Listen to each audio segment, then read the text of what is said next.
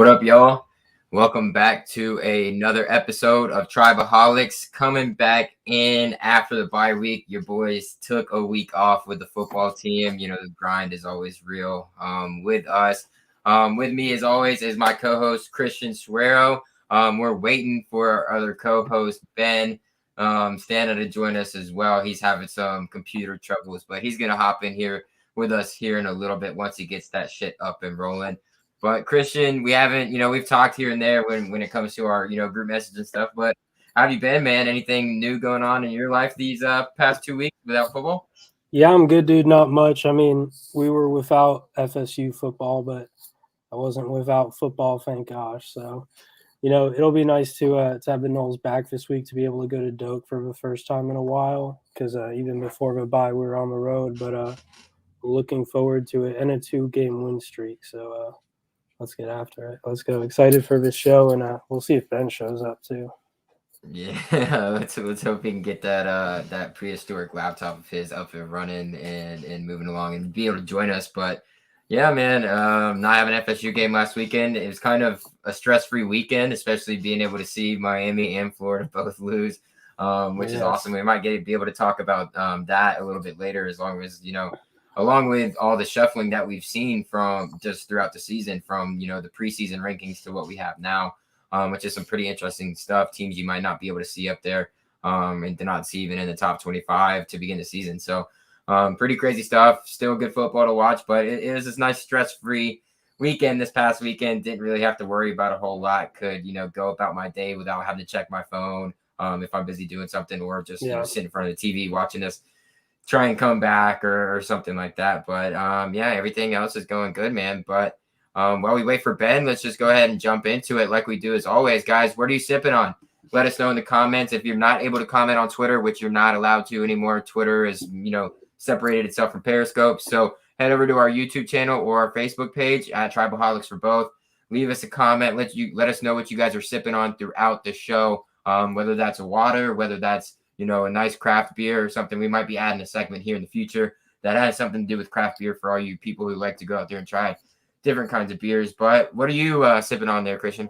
Yeah, I've got a Guinness. Basically, every week on the show, I just end up sipping on whatever I have left over in the fridge from the weekend. So that's what we're working with here.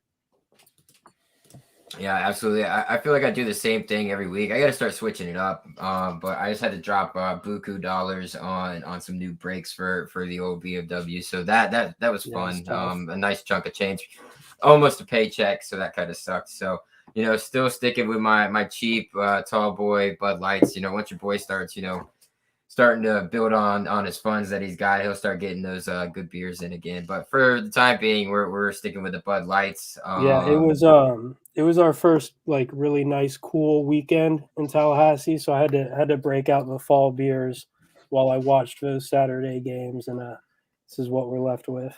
Yeah, it's been very nice up in Tallahassee from what I'm seeing, man. It's starting to cool down a little bit here in Tampa, but not as much as it is, probably up there in Tallahassee, up there in the Panhandle. So you must be enjoying it. You guys let us know in the comment section what you guys are sipping on. But we'll jump into some football here real quick. We'll start in the pros, man. NFL Knowles, not a whole lot of standouts this week. A couple guys just doing what they're supposed to do with tackles.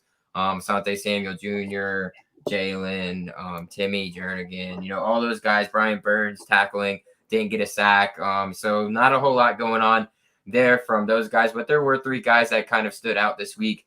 And we'll start. I mean, two out of the 3 are on offense. So we'll start on the offense side of the ball. Dalvin Cook returning to original DC4 form, it seems like. So what are your thoughts on Dalvin real quick?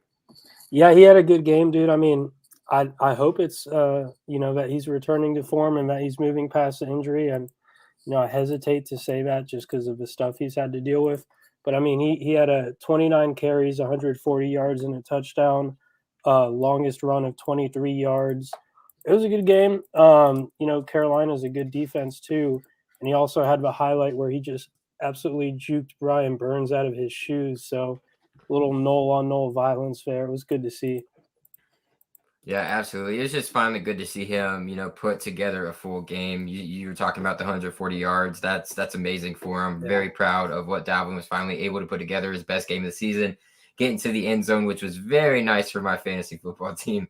Nice. Yeah, and like you said, Carolina's not a team, defensively wise that you should take for granted. So Yeah. good stuff there for Dalvin, and then Devontae Freeman getting on the board himself there for for the Baltimore Ravens running back room, who is full of all kinds of different guys you might have known in the past, like Le'Veon Bell, who just got promoted to the full 53-man roster. So I think he had about 53 yards on the ground and then that touchdown as well. So any thoughts on Devontae?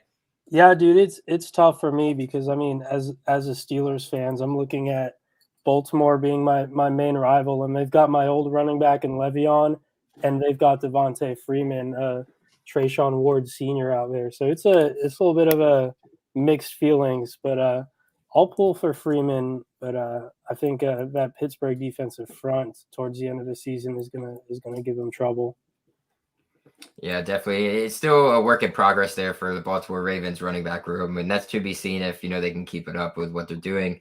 And then we'll head over to the defensive side of the ball for NFL Knowles. And the only really guy who's, didn't even really stand out, but just did his normal thing. That was Derwin James having, I think, 8 or 9 tackles, the high tackles for all of the Knoll defenders this week. No interceptions, no big plays made by any of them, whether that's PJ Williams, Asante Samuel Jr., or Jalen Ramsey. So not a big day for the Knowles on the defense side of the ball, but Derwin doing what Derwin usually does. Yeah, and Derwin did have the interception there in that game.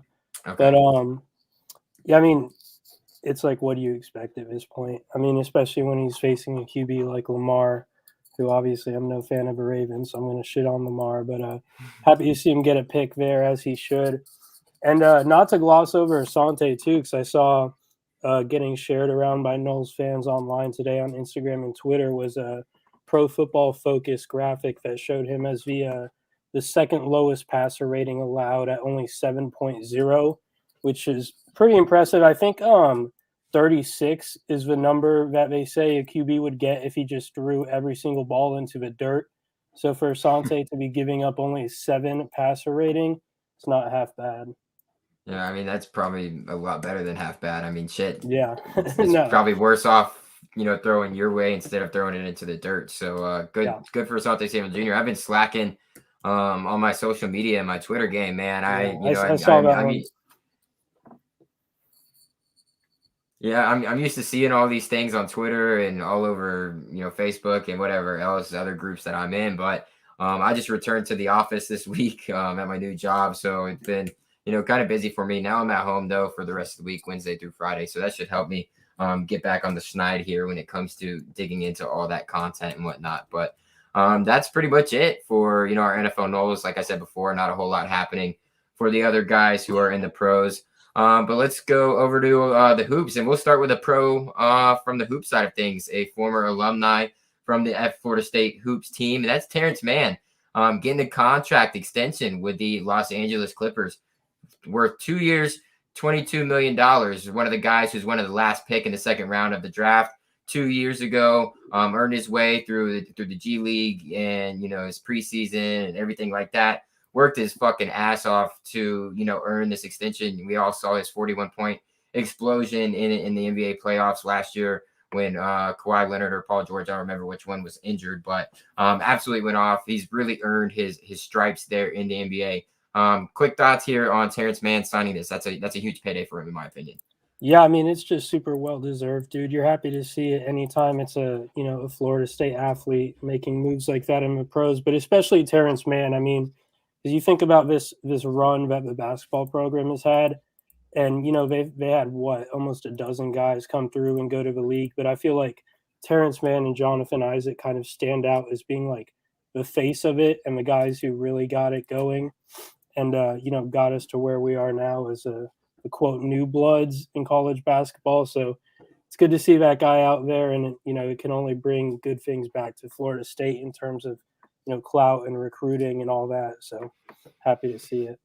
Yeah, absolutely. I couldn't agree more. I'm very happy for Terrence. He's making a name for himself in the NBA, and a lot of players teams are voting him as probably one of those breakout candidates this year in the NBA to be the breakout candidate. So that's awesome for him, and that his peers are recognizing it as well. So good for Terrence. But let's switch over to the college atmosphere real quick here. We just had the ACC tip off. I'm not sure if you were able to tune in for any of that or watch any of the stuff that was going on there, but we got to see Leonard Hamilton talk, and we obviously got to see Anthony Polite and Malik Osborne join him there in Carolina to go over stuff. When I was watching it, just for the little bit I was able to catch while I was at home, it was a lot about Duke, and how it's Coach K's last year. So that kind of sucked a little bit of the I don't even know what word I'm trying to look for. I was looking forward to it. I was really looking forward to seeing what, we were going to hear about and all of that. But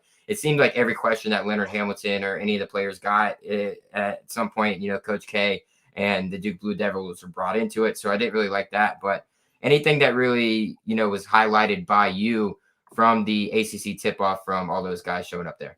Yeah, I mean, all I was able to see is a clip I saw online after the event of Coach Ham talking with all those guys at the desk there. And, he mentioned Florida State's here to stay. And when he talks about new bloods, that's what he means by it. And, you tend to believe that because of the track record and what they've been able to do.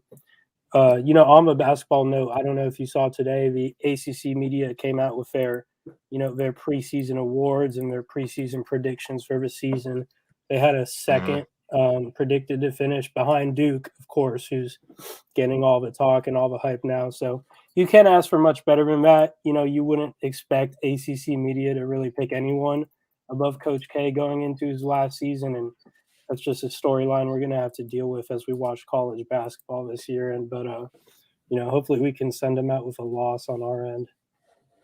Yeah, and that was a lot of the talk there at ACC tip-off from Coach Ham, and a lot of questions that were geared towards him, as well as Anthony Polite and Malik Osborne has been like, so where are the Noles headed? What are we expecting this year from you guys? We saw a lot of guys leave, a lot of leadership role players leave as well, and then you bring in a bunch of new guys, whether that's Matthew Cleveland and Jalen Worley, or a transfer like Caleb Mills. Caleb Mills is getting a lot of talk, questions asked about him as well.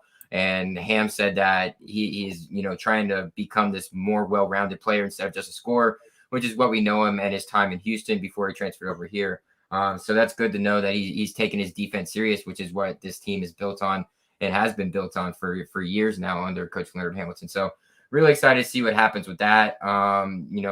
You previously just mentioned that, we didn't get anybody in the first or second team ACC rankings for basketball, nobody on the award watch list for basketball.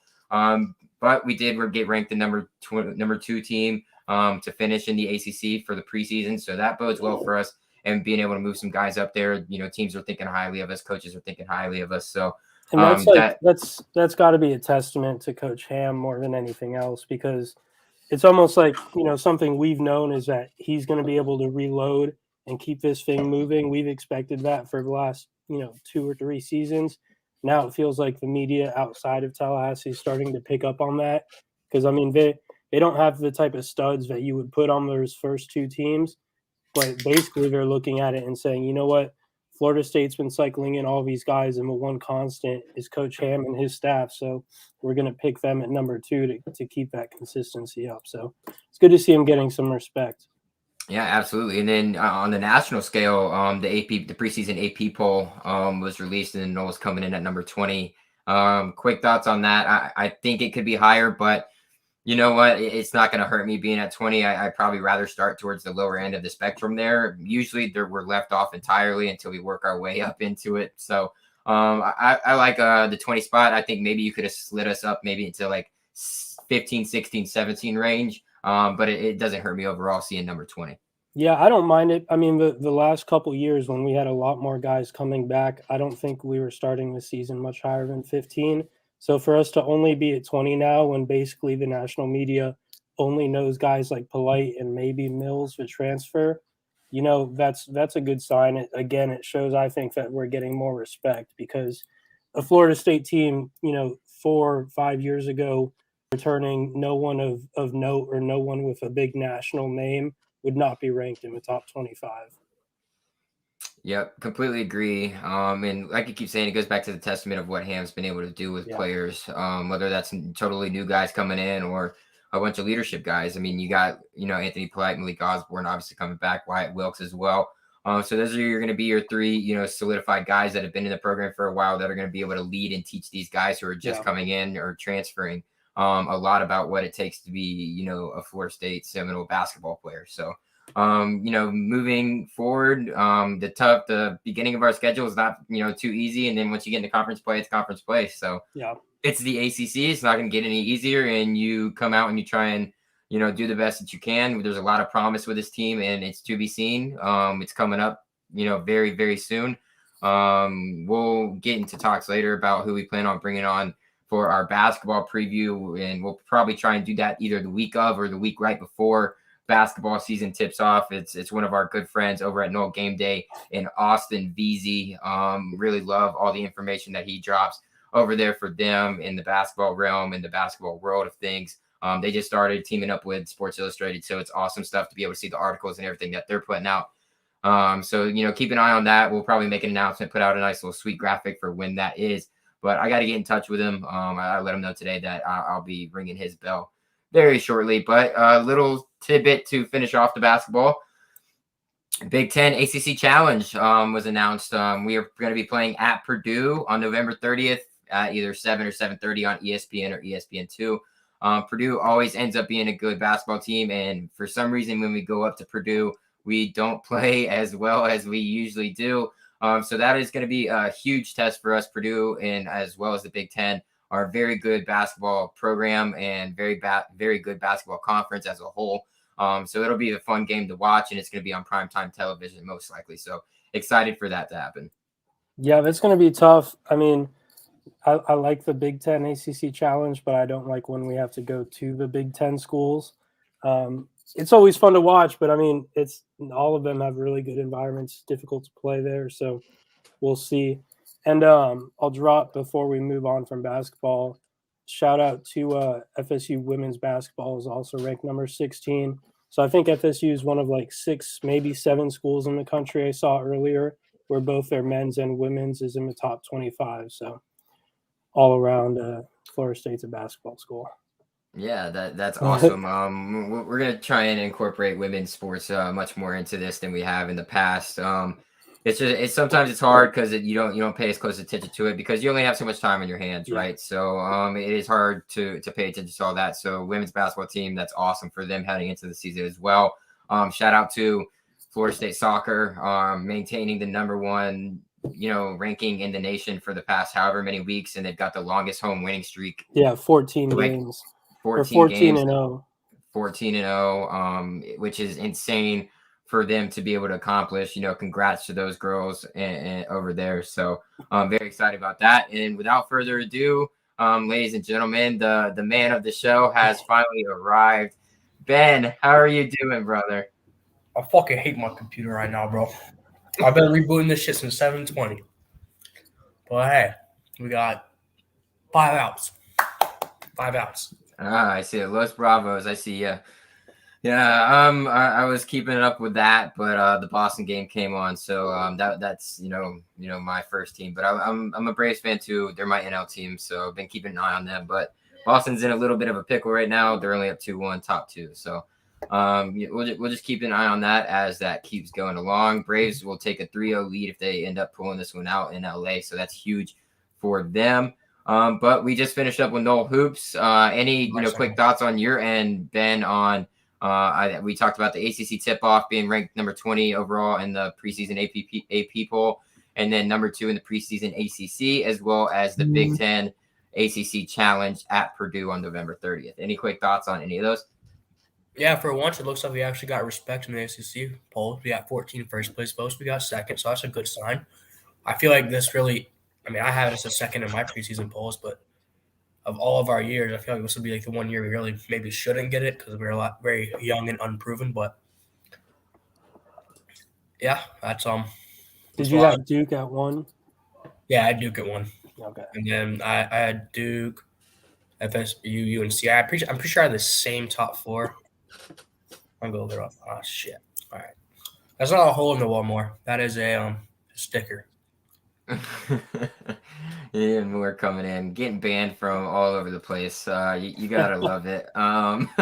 And let's switch over to football. Since Ben went ahead and joined us, let's give a quick shout out to Jermaine Johnson, the nation's Power Five, nation's leading sack leader with 7 already this season, and one of 12 finalists for the Lombardi Award, which is amazing stuff. I think I saw on Twitter today he is only 3 sacks shy of Brian Burns's sack total when he was here at Florida State in a season at 10, and he's still got 6 more games to go. So that, not necessarily a record, but that milestone for him is in sights and most likely achievable, which is huge considering that Brian Burns was it's been a while since we've had, a great pass rusher, and it was Brian Burns. So having a guy like that, getting him from Georgia, who didn't get as much playing time as he probably should have, is awesome. Quick thoughts on Jermaine Johnson and his nation leading 7 sacks and being on the Lombardi Trophy finalist list. Yeah, I mean, he's super impressive, and I think for all the shit we give our defense, they'd be in a way worse spot without him because he's just had a huge impact. I mean, I don't know. I mean, you guys correct me if I'm wrong or if you can think of anyone, but I don't know if there's like a transfer from this last offseason who's having a better year, who has made more of an impact for the team that like they ended up at than Jermaine Johnson. So if you want to go back and look at it that way, you could say Florida State won the transfer portal there by getting him, because I don't think there's anyone having that type of impact. Yeah, he's the best D lineman in the country, and I wouldn't really say it's really close. Maybe you have the other guys at UGA.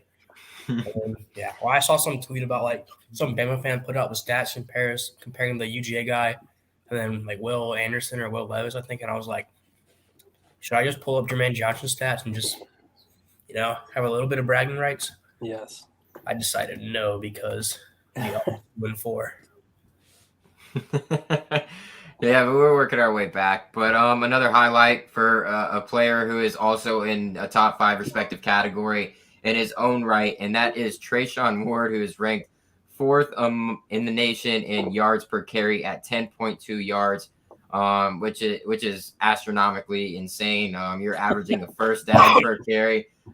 That just blows my mind. And Jashawn Corbin's right up there too, but not necessarily up there with Trayshawn Ward. The two Shawns getting after it in the running backfield, which we've talked about all year as being our strong suit on our football team. So really awesome for him, a guy who is never really talked about, never really been in the national spotlight for any reason at all. Just doing an incredible job there running the football. Going on the Trayshawn Ward, Jashawn Corbin thing, I got to pick one of them to start in fantasy this week because we got some bye weeks. Do I start Ward or Corbin? Why don't you start on both? Ward. I hate Cody Bellinger. I say Ward. I say if you can start on both, start on both. But if you had to pick one, I'd probably go the other Sean. I'd go with Jay Sean this week because he didn't necessarily have that explosive play in his last game against North Carolina. So I just expect him to kind of come out here against UMass and really try and break a big one, and he most likely will, which is what he's been shown to do all season. So if you want a big breaker, I would go after him. But if you can get both, go for both because they're most likely both going to have over 100 yards and maybe each have a touchdown as well. Yeah, I'm curious, honestly, how much both of them play or how much in general, like our top guys play. More specific to your question, Ben, I think Trayshawn is probably more likely to catch more passes than Corbin is, just as the game goes. So that could factor into it. But, yeah, I mean, Ward's impressive. Like I just said that I don't know if there's a better transfer in the country than Jermaine Johnson. I don't know if there's another former walk-on in the country than Trayshawn Ward. Like, I mean, the fact that he didn't get a scholarship anywhere is crazy. I mean, obviously you can look back and it was probably because of his size, but, I mean, that doesn't limit him at all. He's really good, and I'm excited to have him for, like, the rest of this year, but especially moving on into the next couple seasons. Yeah, absolutely. And with the accolades being spat out there, let's switch over to the game we got coming up, guys. Welcome home, Walt Bell, to the team that made you a head coach over there at UMass. Coming home for homecoming against the Noles here in Tallahassee. Probably going to be a beautiful day there. Sad I'm going to miss it, but Noles favored by, I think they're at 35 now, but at the time of this, I was able to see that it was at 37 points. There is a little change to the depth chart, and that is true freshman, Kevin Knowles getting the starting nod over Jamie Robinson, the transfer from South Carolina. I think Jamie has played pretty decent and, pretty solid overall, this season. But, seeing what Kevin Knowles has been able to do when he has been plugged into the game has been very impactful on the defensive side of the ball. So I just want to get your guys' quick thoughts on that, and then you guys can dig in, or go any bit further into what we expect to see in this game against UMass on Saturday. Yeah, it is down to 35 now. Even though it opened at 37 with the total being 60. I kind of like the over, honestly. But they did move Kevin Knowles into that starting spot. But Jamie's not benched. He got moved to safety now over Akeem Dent. So that's kind of interesting because he has turned on like the last couple weeks when the team has kind of turned around in general and he started playing better. So I feel like they needed both of these guys just to be on the field somewhere because it's just two of the playmakers, two of the guys who go out there and put it all on the line and do their job and play really hard. Whereas we have a lot of guys who are kind of like in spots where they weren't doing that, but they kind of had to make some moves where, position changes weren't working out to be able to get them off the field. And I feel like that's what this Kevin Knowles move is just an attempt to get your best players on the field. I mean, Norvell says it's an offense built for playmakers, and I feel like that's what they're doing on defense now. I don't know. What do you guys think about as far as looking more broadly at the game and whether or not we're actually going to be able to cover a 35-point spread? Yeah, I don't really know. Last time we had a big spread, I thought we'd cover it big. We lost Jacksonville State, so I'm not touching it. I will say I think Jacksonville State would definitely be favored by a good amount over UMass too. Like UMass is a significant step down from JSU. Right. So let's talk about that. And that's something that obviously fucking burned us in the beginning of the season with Jacksonville State. And that's looking ahead to the next game. And it was blatantly obvious. Not only was it blatantly obvious, it was mentioned by the coaching staff that it wasn't mentioned as, looking forward. It was, hey, we're preparing for Wake. Yeah. We're not doing that, hopefully, this time. I know after this is the Miami game, if I'm correct. No, it's Clemson. It's Clemson. Excuse me, Clemson. Geez, that tells you how far I've been off for a minute here. But we got Clemson, so try not to look forward, not look ahead to that, especially since it's at Clemson. Take one game at a time. But your thoughts? Do you think we're going to be caught looking ahead here? I still imagine we would win this game. I think Jacksonville State's probably a better team than UMass, ultimately. But speaking of UMass, just a real quick filler. UMass did end up beating UConn, and if you guys remember the bet that Ben and I had is that if UMass won, Ben would do a power hour on the stream live. Ben is currently feeling sick. He's felt sick for about 2.5 weeks now, so he's bailing out. But Would you like to see my medicine, Christian? Would you like to see my medicine? Why are you calling me out? Oh, my bad. Would you like to see my medicine? No, you're good, bro. I'll believe you. I'll believe you. I'm just giving you shit. But you better fucking bring the power hour next week for Clemson because that's going to be one hell of a show. Obviously, can we take back our 24-hour stream if we beat Clemson? Because I feel like it just doesn't hold the same weight. Like we said we were going to do a 24-hour stream if we beat Clemson, but now Clemson stinks. Like I'm just not feeling it's the same. It's the same thing. All right, can we change it to? This is the only thing I would be willing to change it to. If we beat Clemson, Florida, and Miami, if we beat all three of them, I would just make it Florida because they're gonna boat race inside the swamp. Dude, I don't know about that. I don't know about all three of them, to be honest with you. I mean, if Florida starts Anthony Richardson, we're fucked. Let's do it if we beat 2 out of 3 between like the teams that wear orange. I can do that.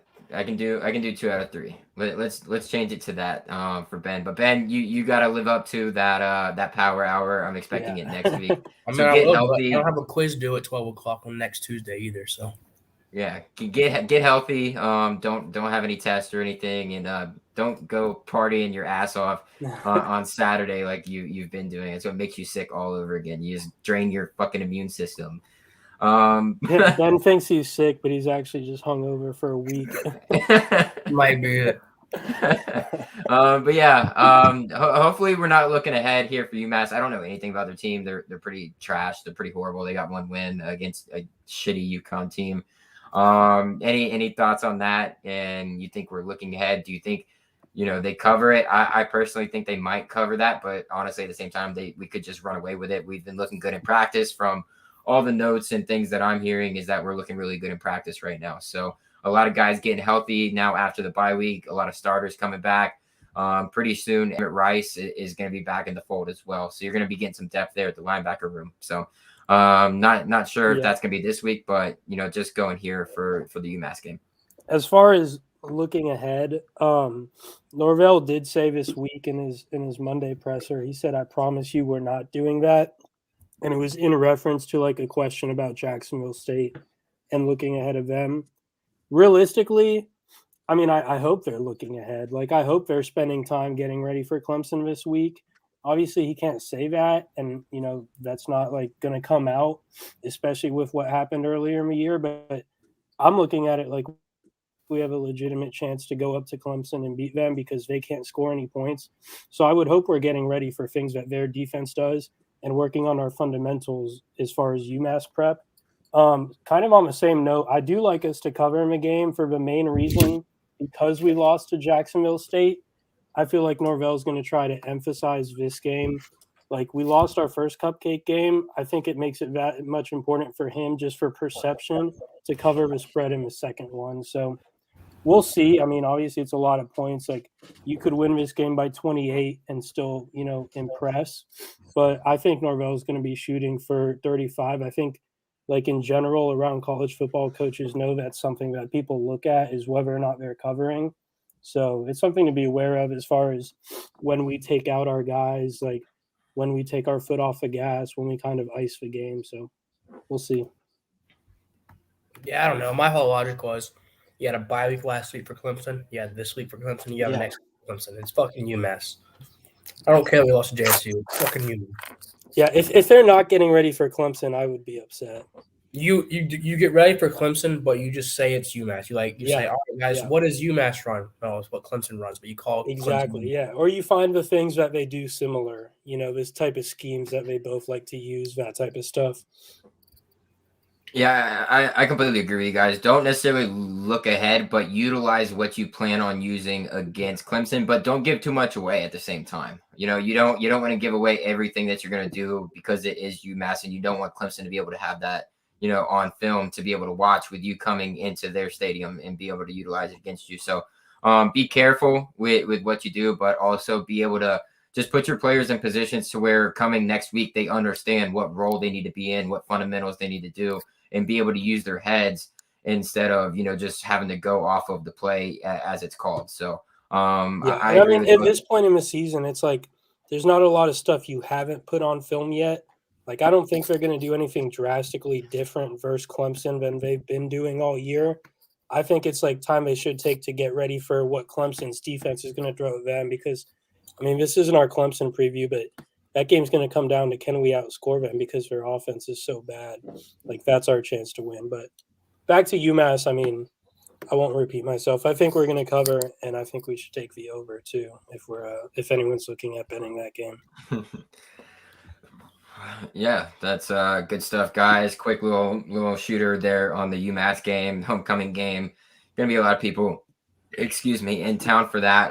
But without further ado, guys, let's bring in our special guest from our last episode, who's going to be joining us and going to give us a lot of recruiting talk. There's been a lot happening in recruiting. A lot of momentum going with certain players with the LSU news, and then also with a decommit who committed immediately after to an SEC program.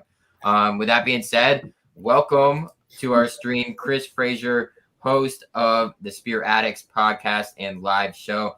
What is up, Chris? How are you doing, man? Nice to have you back. I'm doing pretty good. I per se hate bye weeks because I don't have nothing to do.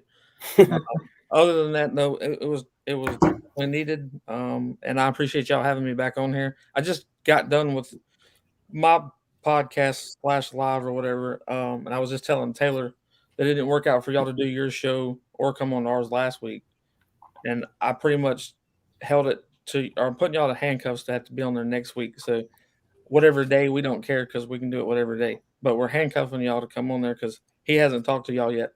So, but other than that, yeah, there's plenty of recruiting news that I would say is important for not just this class, but the next two with 2023 and 2024.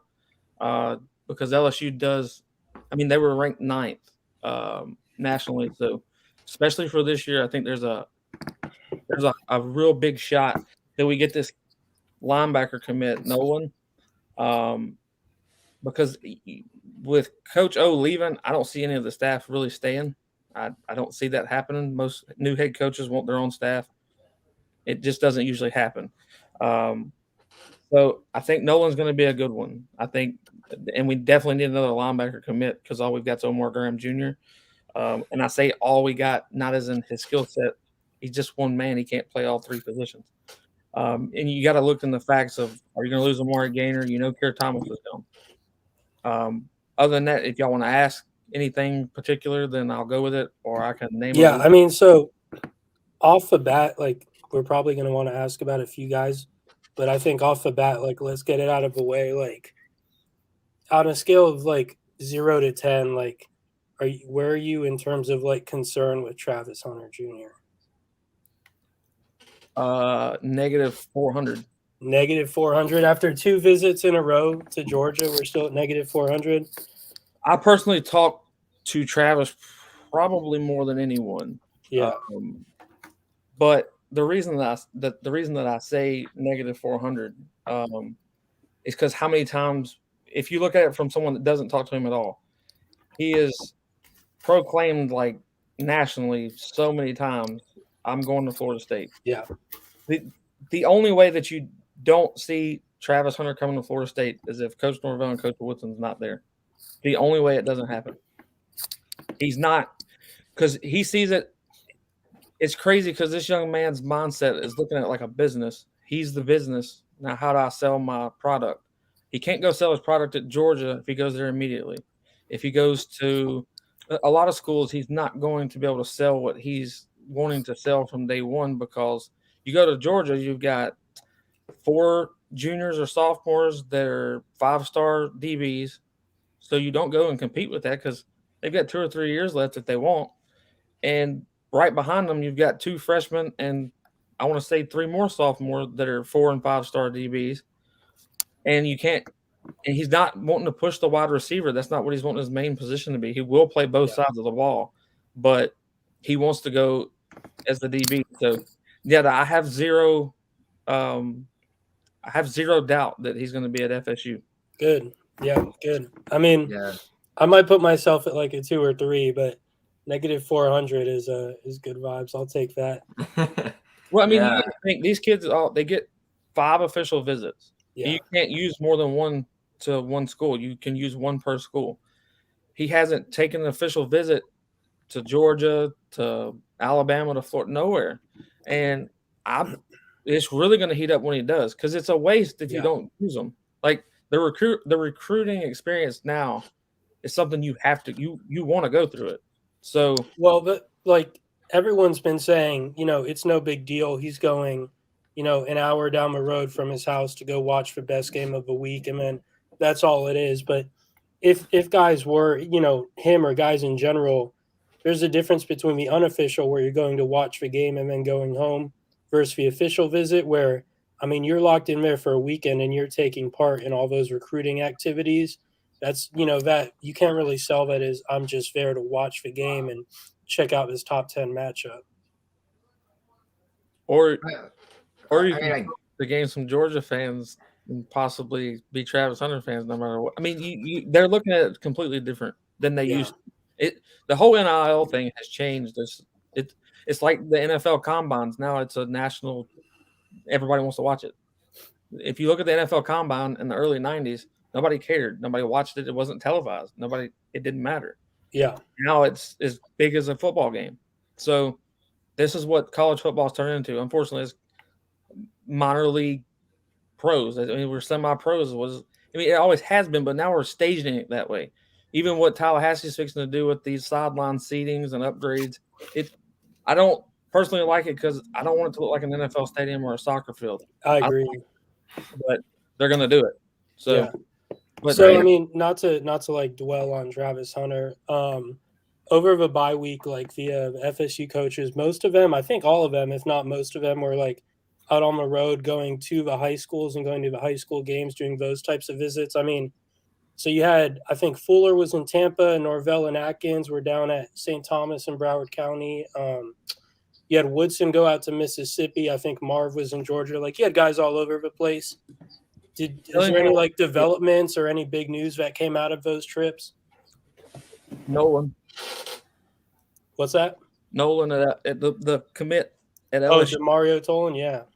Yeah, Nolan. I'm sorry, I keep saying Nolan. I'm thinking about a JUCO kid that I keep talking to. Anyway, yeah, Tolan is like, I'm going to give us a 9 in being able to flip that kid. There was just showing face at his high school game on Saturday. I think because they played it on Saturday. But anyways, showing face, it meant a lot. And with the news that popped out at LSU, he's not going. A prospect like that's not going to LSU when they have a coaching change. I mean, look what happened to FSU when we lost Jimbo Fisher. It fall, regardless if you liked him or not. I mean, it's not going to happen. You got a DB. I don't remember his name at LSU. I think we've got a 7. Oh, is it Welch? Yes. So I think you got a 7 for him.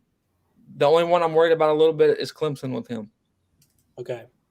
But yeah, I know. I mean, if we're going to take it to the LSU fallout, that one also impacted Julian Armella, the offensive lineman in Broward County, who I think was actually leaning towards them because of his dad's relationship with Coach O, or at least that's what people had been saying online. So you would imagine that one, is strongly impacted by his firing as well. So we'll see how that plays out. But I think FSU was definitely looked at as in the second place spot there. So you'd expect us to move up after that. After the Coach O announcement, I don't. Before he even announced it, you still had a 6 out of 10 to pull Armella to FSU. Yeah. Now I would probably put him at the highest. I'd say he's 11 out of 10 flipping. I mean, I'll give him a 10 that he's going to flip to FSU, but there is Auburn and I want to say Texas. He said he said he's going to take officials to Florida and Alabama. I think he used his official. No, did he use? He was at the Notre Dame game, but I'm not sure if that was official or not. No, it wasn't. It wasn't. So then he'll use it for Miami because I think that's when they're setting all these guys up to do it. I know Tolan, who we just mentioned, is officialing for Miami too. And hopefully, I mean, you get Travis Hunter and Sam McCall back in for that one. So that's going to be like the last big visit weekend of the year. Yeah. You would be surprised at how many prospects are coming to this UMass game. Really? Yeah. It might actually break FSU's record of a homecoming as far as recruits. Wow. A lot of 2023 guys. I mean, I'll add that, but there are definitely some 2022 guys. It's a good time to get them in early though. Homecoming when there's a lot of alumni in town, you've got all the festivities going on. So I could see why that's the case. There's one in particular that I wish we would have tried to recruit hard earlier, and he got a real late offer. And he's out of Pittsburgh. He's a 3-star wide receiver, Camden Brown. Oh, he's from St. Thomas too. He's committed to Pitt, right? Yeah. Yes, sir. They offered him today or yesterday, right? Yes, yesterday. Yeah. So I don't want to give us a big shot on getting him. Well, he not to cut you off, but he did say immediately that right when he got the offer, he was ready to set up an official visit. That paired with the fact that he's Armella's teammate, I mean, I feel like those are good signs right there. And you're looking at a guy who's like a decently high, like 3-star. Like he's not a 0.83. I think he's 0.88. So I mean that's a good player, and I think we're his only in-state offer out of Florida State, Miami. So we'll see if they can capitalize there. Have y'all ever paid attention how they give these kids these stars? What do you mean? Like how they go through the process of giving them the stars. It's the most ridiculous thing that you'll ever see in your life. It literally based like for Omar Graham Jr. to be a 3-star after being able to do what he's doing on I think his last game he had 6 sacks and 2 rushing touchdowns because he plays both sides of the ball.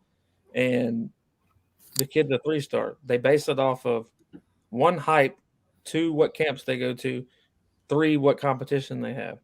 Here's my problem. He has nobody. I don't like knocking. He has nobody on his team. Like the reason he's playing both sides of the ball almost every snap, if not every other snap, because there's nobody else there.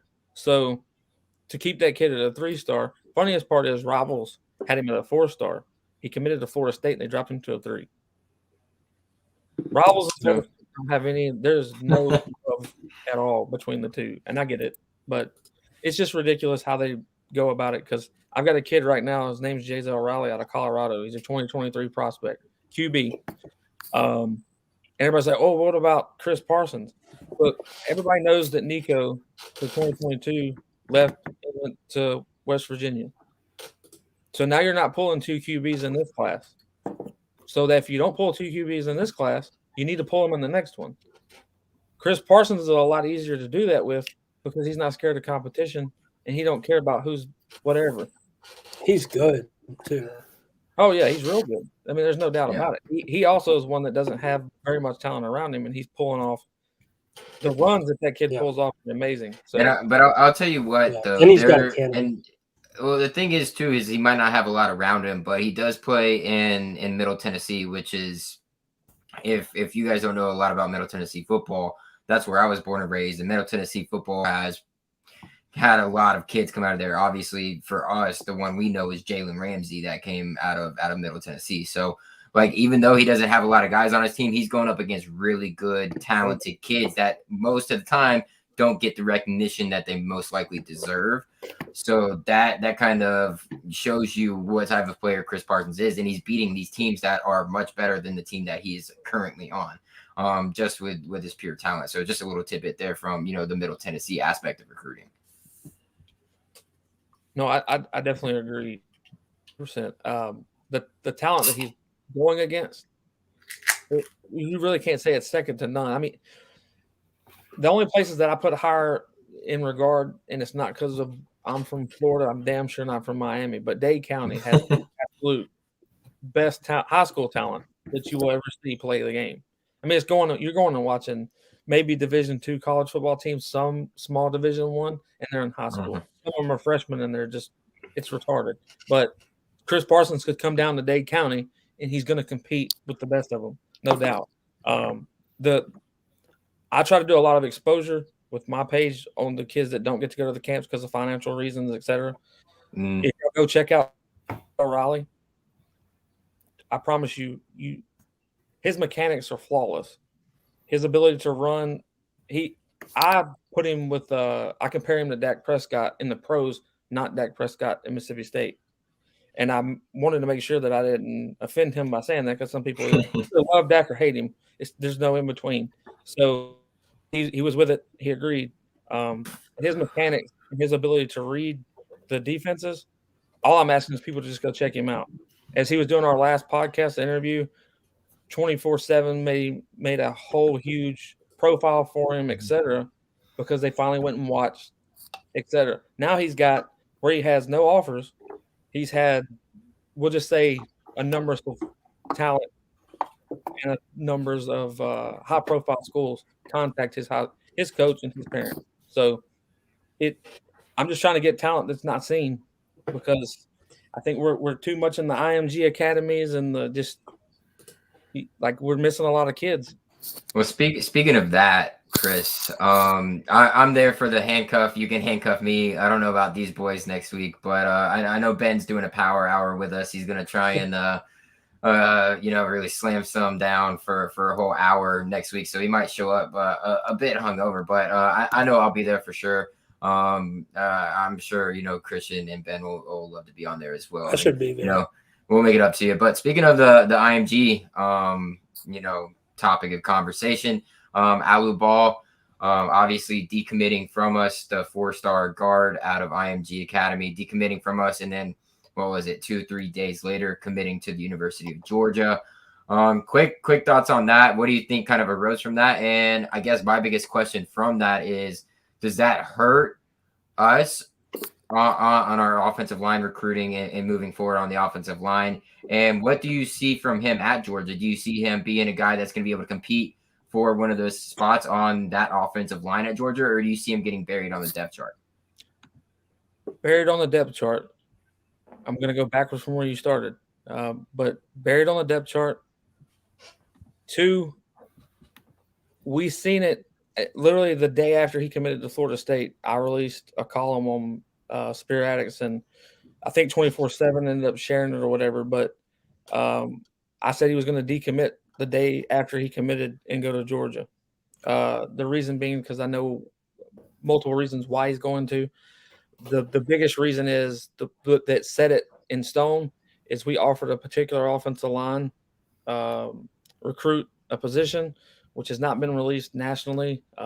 It's kind of I don't want to say silent offer, but it's not nationally known who we did it to. And with LSU falling apart in way, and I think people knew about it before we did, especially recruits, you pulled Armella back in the picture. You pulled a couple offensive linemen that we were heavy on before Ba. So he kind of knew he might get buried on the depth chart here because it's not like Atkins was 100% for Ba in the first place. It was more so Dillingham. I mean, and I don't knock neither one. I'm just saying it's not. He didn't have a great relationship with our offensive line coach. It wasn't there. So I never expected him to stay. I was really surprised that he committed in the first place. But a rumor that's going around with commits real quick is a lot of these kids are putting in their commitment early to a school that there's like their second choice, waiting on that first school to really get after them and kind of shut their recruitment down to the ones they don't want to hear from. And then once the one they want to hear from comes in, that's when they flip. So I think Najee Kelly, people had him at like a 4 that we were going to get him back. I think after everything that took place, we're somewhere around a 7 or 8. You think he's coming back? Yes, I do. Oh wow. We're fixing to run into a lot of problems though. Florida State's going to have to choose who we're going to give scholarships to. We have to get rid of 14 for that class to come in next year already. We have to lose 14 scholarship players next year just to pull them in. We have too many scholarships out. Which is hard to do, especially with the amount of young talent that we have on the team. Yeah, so you're going to see a lot of transfers come the end of the season. I'm being dead honest. There's going to be players that you don't want to see go. You only freeing up really like 4 or 5 spots. Corbin may leave to go in the NFL. McDonald might try to go into the draft. Defensively, Jermaine and Keir Thomas is gone. Milton's probably gone. Milton's gone. The rumor about Milton, and I was told I was okay to say this, is he'll end up being a grad assistant for Florida State once he does. Good. Oh, great. He's coming back. Fantastic. His profession belongs in coaching. I mean, if we're being completely honest, guy has a great mind, really knows his ins and outs. And so I don't have a problem with that at all. So I think that's awesome. So, I mean, there's a lot of things that are going to change at Florida State again. Unfortunately, like there's going to be offensive linemen that are going to transfer. There's going to be defensive players. I think that's probably the biggest question mark right there is how many of these 4 or 5-star DBs that, we brought in, the Dents, not necessarily Travis Jays, but like the Dents of the world that were highly touted. Are we going to see some of those guys be like, well, shit, like now I gotta figure something out because not only do we have like all these other guys coming in, but like I'm not going to get the playing time. We don't have scholarships. And if I want to play somewhere, I'm going to have to do it elsewhere. Are we going to see a lot of those guys specifically on the defense side of the ball and specifically the secondary have a lot of turnover? Yeah, almost every one of them. It's as unfortunate as it is because of experience, but when you got Sam McCall and you've got Travis Hunter and now potentially this DB from LSU that we're real high on, when those guys come in, I mean, Travis Hunter, as long as he's healthy with the small injury that he had, when he comes in, I don't care what. Georgia would be the only team I'd say he's not going to start on if he was to go there. He's not going to start at Georgia. But FSU or anywhere else, he's starting. He's taking somebody's spot. It's a given. So, and McCall's almost the same way. There's not a huge gap between Travis and McCall, even though they're going to move McCall to a safety type. But if your DBs aren't good enough, you're going to put him right back. You're going to pull him right back down and put the lesser athlete at safety, as unfortunate as that is. But that's what you're going to do. So, yeah, you're going to see a lot of the secondary flip. And unfortunately, you're going to see linebackers leave that haven't really got a shot to really prove themselves. And that's where we're hurting the most, in my opinion, on defense. Our linebacker core is just, it seems like, lost at most parts of the game. Amari does a good job of saving the big play, which means he only gained 11 and he tackled. But he's going to be good. I don't see Amari. I don't see Lundy. I don't see a lot of them staying. I really don't. So, Chris, before we jump into scared money, don't make money, one I definitely wanted to get here to ask about your thoughts on is a guy who actually visited Georgia. We've been talking about Georgia a lot this last week, Marvin Jones Jr. I thought beforehand it was like coming down to Oklahoma and FSU, but now he's visited Georgia. Who knows if it's heating up there. I mean, they're red hot in recruiting in general. So do you have any insight there or any thoughts or feeling on that recruitment? So me and his dad are, I would say, relatively pretty close, which is shade tree. He doesn't give much on his son to anybody. And 90% of our conversations are closed. It's not, just to respect our friendship, I don't say much, but I can say that the way that I would lean is it's not between Oklahoma and Florida State. It's between Georgia and Florida State, no doubt, because Oklahoma's defense is not his style. It's not something that he's going to fit well. Not that Oklahoma's a bad, school, nothing to that effect, but it's just not aggressive. I don't think it's aggressive enough for the way he likes to play. It's just not. It's not his style. It's not something he doesn't want to change his entire style for anything. So I will say that when you start worrying about certain defensive ends decommitting from Florida State, the story is within itself. The recruits hear things before we hear anything, if we ever hear it. The reason why I think there's certain defensive ends that are like Najee Kelly, for one, the reason I think he decommitted in the first place is because how they rolled the red carpet out on an unofficial visit for Marvin Jones Jr. And they didn't do it due to him being a legacy recruit. There is some factor of him being a legacy recruit, but that doesn't outweigh what he actually does on the field. Mm-hmm. And my prediction for Marvin Jones Jr. is a 9 out of 10 to come to Florida State. And I'm not just all for it. If you pick somebody else or try to pull some other guys that you might think aren't going to come here, I will definitely lean the way I really believe. But Marvin Jones Jr. has had an excellent experience at Florida State. Obviously, he's all for, creating his own legacy, and he thinks he's a good enough player to create his legacy where his dad doesn't shadow. So I really see him coming to Florida State for multiple reasons. Because, again, at Georgia, you're not starting day one.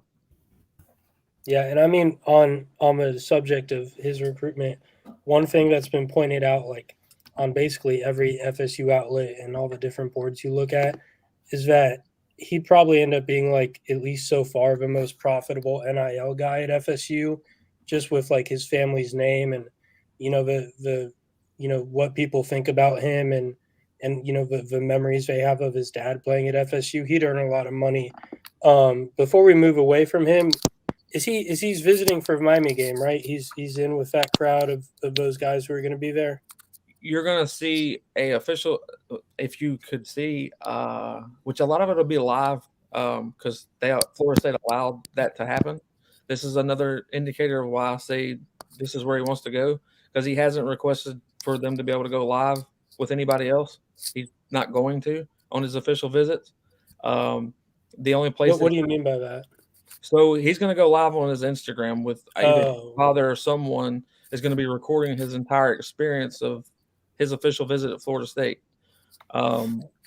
With that being said, you're going to see a red carpet that I don't think anybody's ever seen before, and that's over Travis Hunter.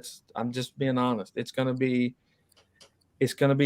like that's the number one kid in the country. Not just at his position. They're going to treat him just like they did Travis Hunter. And in some ways, because of family ties, there'll be experiences that he'll have that other people won't ever get. Yeah. True.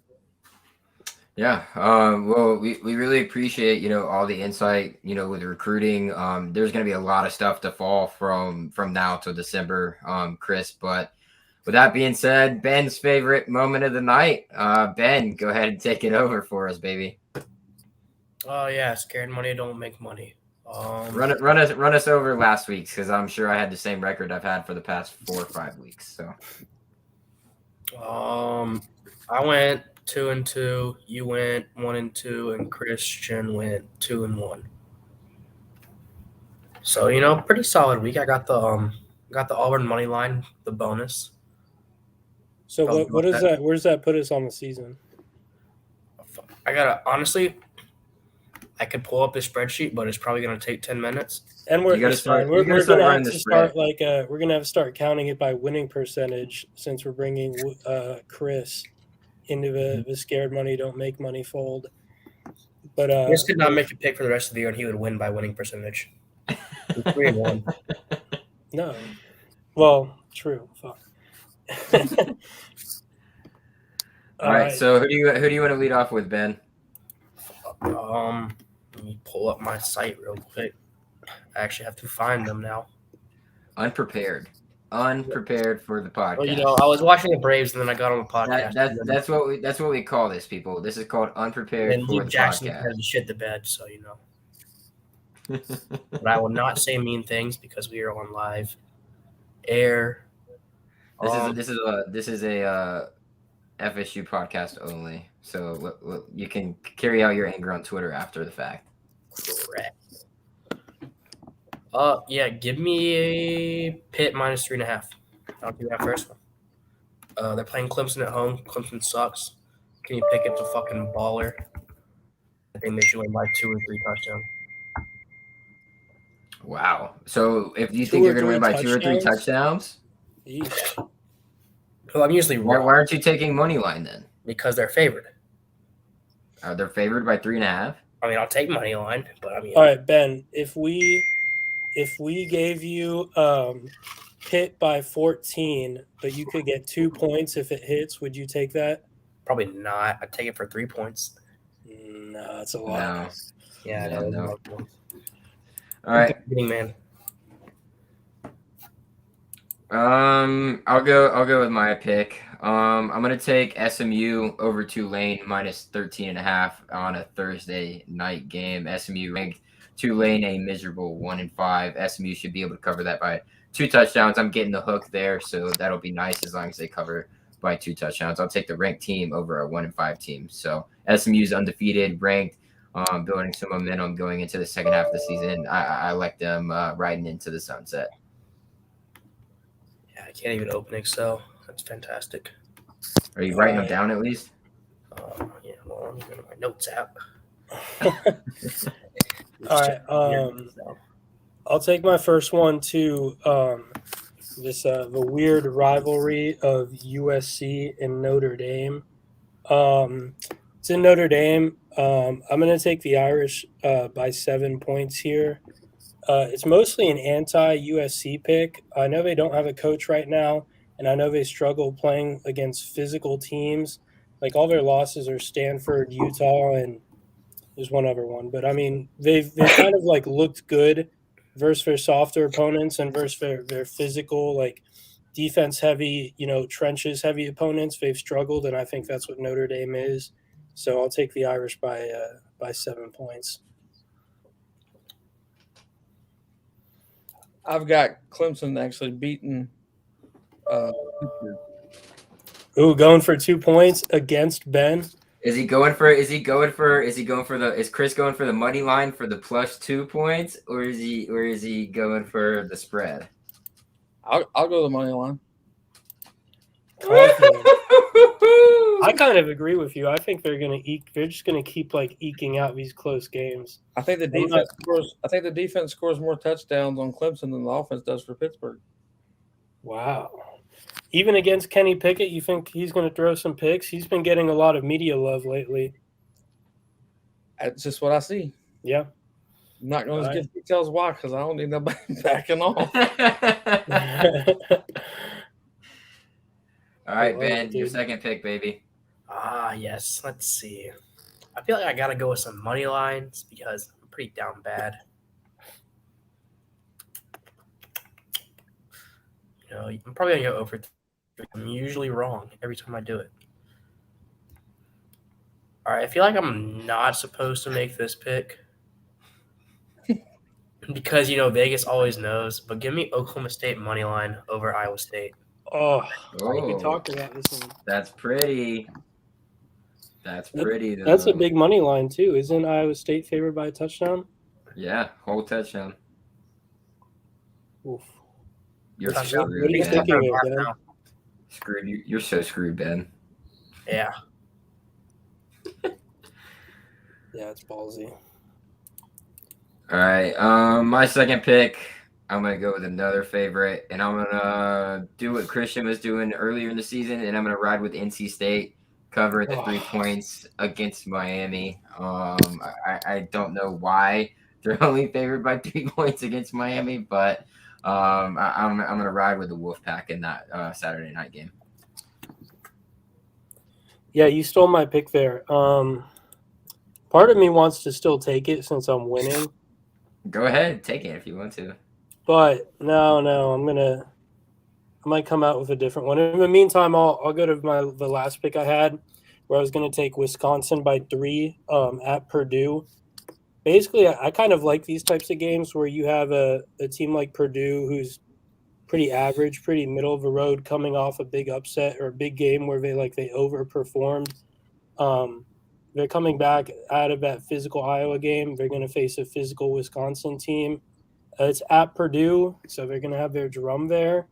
But I'm still taking Wisconsin in a sort of a letdown spot for Purdue after their upset of Iowa. So Wisconsin by 3 points. Can y'all tell me what the spread is for LSU and Ole Miss? 9.5 Ole Miss. I got LSU beating them. I'll take the money line on that one too. Another one. 2 money lines. He's a savage. I was kind of thinking about that one, to be honest. I thought about it too. Oh, it's back to me. Let's see. Do I pull a trigger? I don't know. It's in between 2 here. This is the week where all the upsets are going to happen. Watch. This is the week where because it's not a great slate, so all the upsets are going to happen. It's not a great slate. It's a terrible slate. The slate stinks. I'll go Boston College over Louisville straight up. At Louisville. I don't know. I like athlete. Good coach. I'm not a fan of Satterfield after. I used to like him, but just the way the program's kind of fallen off. Ooh, another money line, baby. I have nothing to lose. Yeah, me neither. I'm going money line on my last pick as well. I'm going to go with tomorrow night's game between Coastal and App State. I'm going to have App State springing the upset against number 14 and undefeated Coastal Carolina. They're at home. Crowd's going to be rocking there in App State. They're going to be ready to come out and play. They haven't looked all that great this season, but they've squeaked out some wins that they probably should have lost. But I think they come out here ready to go up against the number 14 team in the nation, and we're going to get a field rush and another fine for a team. So looking forward to it. Money line on App State. I like that pick. I was going to take NC State before Skinner took it. I thought about still taking it, but I want to grow my lead a little bit here and change it up from him. This is kind of a weird game. UTSA over Louisiana Tech. Okay, UTSA entered the top 25 this week. They're 7-0. They've beat Illinois. They've beat Memphis. The spread here against Louisiana Tech is only 7 points. Louisiana Tech is sitting at 2-4. UTSA, I mean, I think they're better than Coastal. They're better than App. I feel like out of the non-Power 5 teams, they're easily in that top 5 range, but they're not really getting like that type of credit because they haven't been good in previous years like those other outside of the Power 5 teams. But I mean, I see them sitting at 7-0 with a Power 5 win and a Group of 5 win and only a 7-point spread against a 2-4 team. Let's lock it up. Give me UTSA by 7. I don't want to interrupt, but I'm changing my pick from Boston College. Ben, I swear to God, you do this Dude, every come week, on. dude. You I do found this a gem. every week. I found the gym. It is All right, San what is it? Diego State money line over Air Force. It's +4. Okay, you can have that. I'd personally take Air Force minus Whatever. spread, but You know what? Fuck you. You're writing these down, right, Ben? Yeah. I'm not taking Air Force or nothing, but Air Force is going to beat them by like 14 or so points. It's just not just throwing it out there. You had a better pick with the NC State one, but or whichever one you had before, it was better than that. Opinion, anyways. What's the spread on Oregon and UCLA? It's UCLA by 2. And it's I- at this is a college game day game at UCLA. I got Oregon winning. I'll take money line or whatever. Holy crap. took 3 money lines. Taking 3 money lines. Let's go, Chris. Upset of the week. If that, I don't even know how you can consider that when Oregon. If you go 3-0, you'll score 6 points and you'll easily win. Yeah, that's nuts. Well, I hope so. I hope it happens. I have confidence in what I'm picking because I just UCLA ain't gonna happen. They ain't got it. This is not gonna happen. I almost took UCLA -2. I'm not gonna lie. Well, that's your sign that Yeah, Oregon's I really, if we're going to talk about this game, I do not think Oregon's offense is it. Like, they balled out versus Ohio State and haven't really done shit since then. But how great is UCLA's defense? Not going to pretend to know. It's not there. I promise. Not good enough to talk about, that's for sure. Yeah. All right, boys. That's gonna do it. For another episode of Tribaholics. First off, we want to thank Chris for coming on here once again. We're gonna be joining him not this week, but next week for Clemson Week. Correct? On his show, he'll let us know all the information will be on there. So go follow at Spearatics. We'll be joining him and Taylor.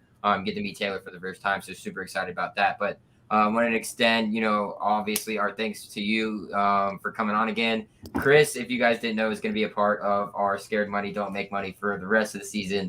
It's going to be fun stuff, whether if we just put that out, via Twitter or if he's able to join us at the end of an episode. That's going to be awesome to see how the rest of the season goes, especially now that we're at the midway point. Appreciate y'all having me on here, guys. Y'all have a good one and go Noles. All right. Yes, sir. Go Noles. All right, fellas. Another solid fucking episode. Pretty pumped. Homecoming game coming up here against UMass should be a easy W. Don't want to speak too soon, but should be. I want to start being able to say that again with confidence that it's an easy W. But I'm gonna go ahead and just fucking blurt it out there. So, anything you guys gotta get off your chest or say before we go ahead and log off for the night? Just Luke Jackson. just forget all of our Scared Money, Don't Make Money picks and just hammer FSU by 35. There you go. And Ben, any last comments? You can go ahead and get your frustrations out now if you'd like. I'm not going to prison over Luke Jackson. I will not say what I want to say. Wow. That's how he really feels, everybody. Thank you guys for joining in. We will see you next week, not only on our podcast here on Tribaholics, but look forward to Ben's Power Hour next week for Clemson Week, and then obviously we will be joining Spearatics and Chris and Taylor over there with them next week as well. Thank you guys for tuning in, and go Noles.